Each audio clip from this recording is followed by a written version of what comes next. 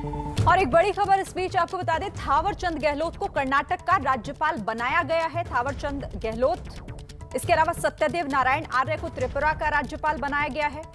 ये बड़ी खबर इस वक्त। कर्नाटक के नए राज्यपाल अब थावर चंद गहलोत होंगे। रमेश बैस को झारखंड का राज्यपाल नियुक्त किया गया है। ये बड़ी जानकारी। कर्नाटक के नए राज्यपाल थावर चंद गहलोत होंगे।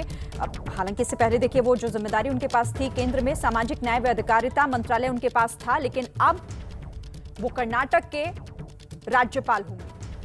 प्रशांत मेरे साथ इस खबर पर और ज्यादा जानकारी देंगे। प्रशांत, 3 राज्यों के राज्यपाल नए बनाए गए हैं, क्या और डिटेल्स हमारे पास है इससे जुड़ी?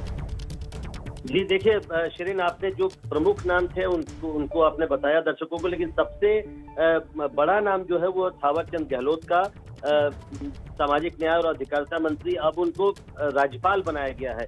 इससे ये बिल्कुल अब साफ हो गया, क्योंकि ये अटकलें बहुत दिनों से थी कि कई राजभवनों में वैकेंसीज है तो उनको भरने का भी काम शुरू होगा। और जो कैबिनेट विस्तार की चर्चाएं चल रही है शिरीन, उसके बीच ये होना सबसे अहम है, क्योंकि अब ये माना जा सकता है कि जिसको बोलते हैं to set the ball rolling, अब ये शुरुआत हो चुकी है, क्योंकि हर जगह ये सब सारी जुड़ी हुई चीजें हैं। और इसलिए थावर चंद गहलोत को अगर गवर्नर बनाया जा रहा है, इसका मतलब कैबिनेट विस्तार की गति जो है अब जोर पकड़ रही है। और बाकी उसके अलावा जो महत्वपूर्ण जो एक ट्रांसफर किया गया, रमेश बैस जो त्रिपुरा के गवर्नर थे, उनको अब झारखंड का गवर्नर बनाया गया है।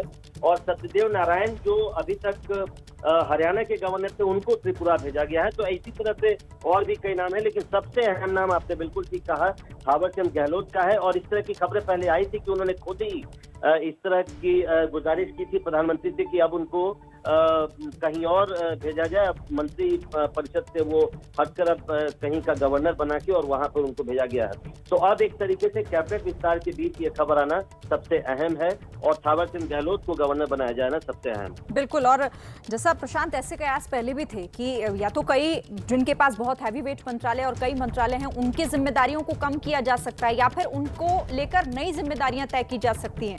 और शायद ये जो नाम आप भी बता रहे हैं कि कुछ और अभी नाम है जो सामने आएंगे, ये शायद उसी दिशा में।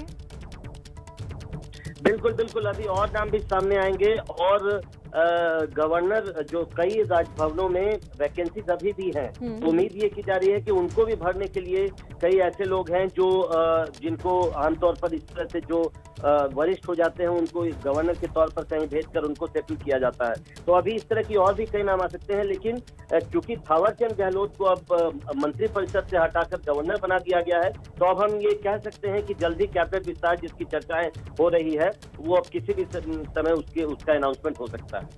ठीक है। और प्रशांत, और कौन कौन से नाम, संभावित नामों की अगर मैं बात करूं, अभी हालांकि लिस्ट तो देखिए तैयार हो ही रही है, कौन कौन से चेहरे और हो सकते हैं? आप कैबिनेट विस्तार की बात कर रही हैं? मैं इनकी बात कर रही हूँ जिनके या तो जिम्मेदारियां बदली जा सकती हैं, या फिर कैबिनेट से उनकी छुट्टी हो सकती है।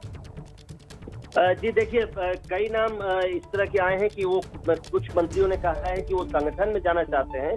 और इसके पहले आपने देखा होगा शिरीन की कई दौर की बातचीत जेपी नड्डा जो भाजपा के अध्यक्ष है, उन्होंने अपने पदाधिकारियों के साथ की थी, और उसके बाद उनकी प्रधानमंत्री के साथ भी बैठक हुई थी। तो जो कैबिनेट विस्तार जब भी होना है, तो ये तय मान के चलिए कि कुछ मंत्री संगठन में वापस जाएंगे, उनकी सेवाएं संगठन में ली जाएंगी, और संगठन से कुछ लोगों को मंत्री परिषद में जिम्मेदारी दी जाएगी। तो एक तरह से मैं बार बार इसलिए थावर चंद गहलोत का नाम ले रहा हूँ कि ये एक उसका द्योतक है, एक उसका देखिए, एबीपी न्यूज भी बता रहा था कि कुछ मंत्रियों की जिम्मेदारी को या तो कम भी किया जा सकता है, या फिर उनके लिए कोई दूसरा रोल भी तय किया जा सकता है, और वो नाम भी अब सामने आ रहे हैं। शुक्रिया प्रशांत आपका।